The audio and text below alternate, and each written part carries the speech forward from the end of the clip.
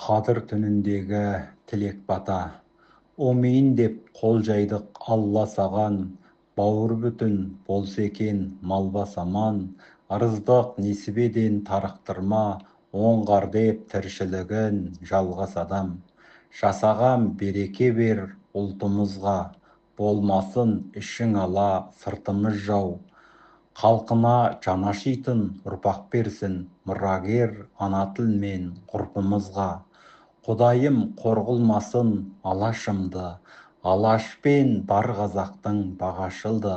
Әр қазақ бар қазаққа қызмет етсе, одан артық бақ бар ма жарасымды. Ата жұртта бас қосар есіл елім, тоқтамасын қобдомбы көшіленің.